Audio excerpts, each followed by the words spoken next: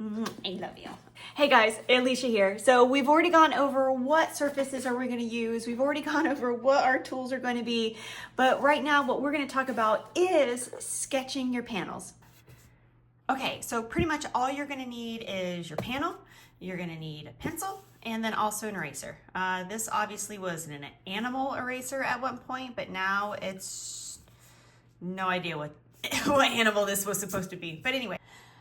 Okay, so my mystery animal eraser worked really well. And the reason why I like to use these erasers is because essentially I go through these little tiny ones so quickly.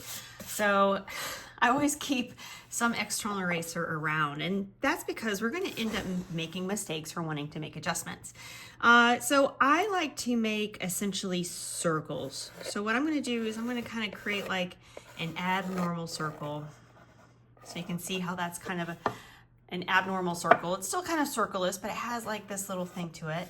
And then I'm going to go ahead, I'm going to create another circle.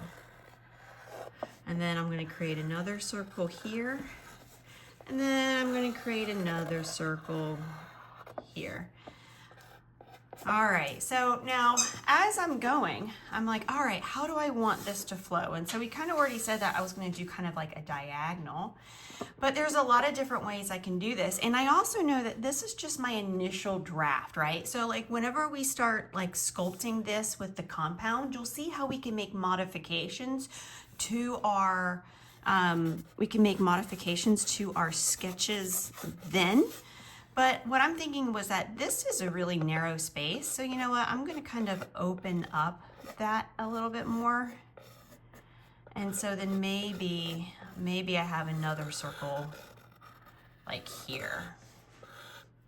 And then another circle here. So what I like to do, what you're kind of probably noticing, is that I like different sizes. So I don't want to just do big ones, or I don't want to just do small ones.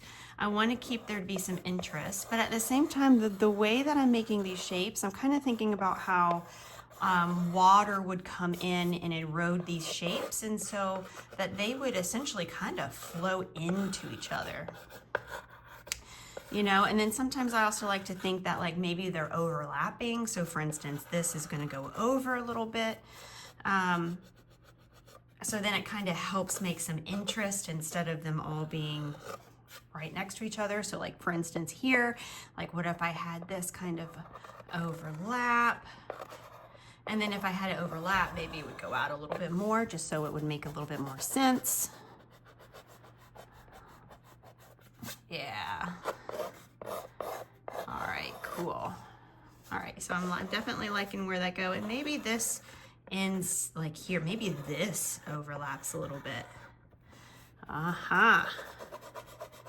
And so you can kind of see how you're starting to get some growth, you know, some like more organic shapes. And that just takes some practice to kind of see what you like.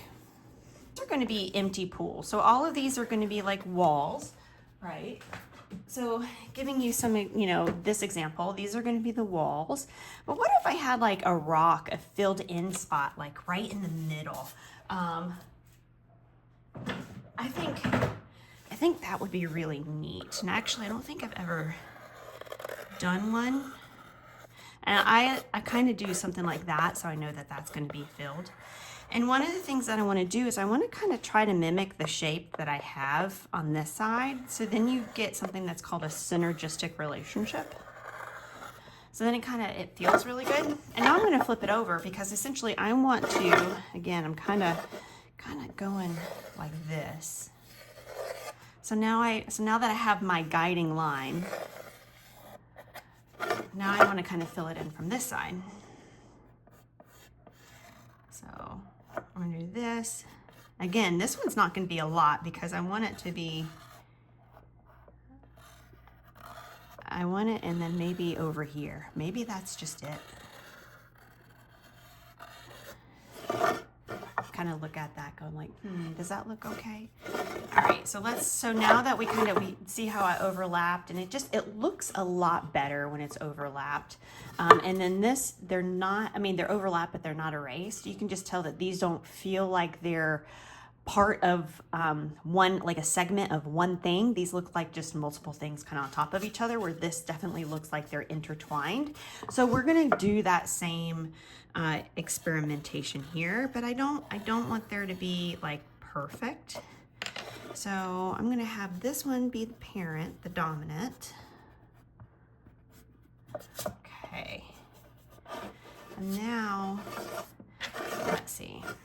Definitely, because I'm thinking that like this is the way I'm sketching it. So this is, I'm thinking that it's obviously going to be like, I mean, I guess it could be like that. That's nice. Even though I'm sketching it like this, I actually might like it better that way. But we'll see. Actually, is that this is big on this side and this is big on this side, which makes it very weighted.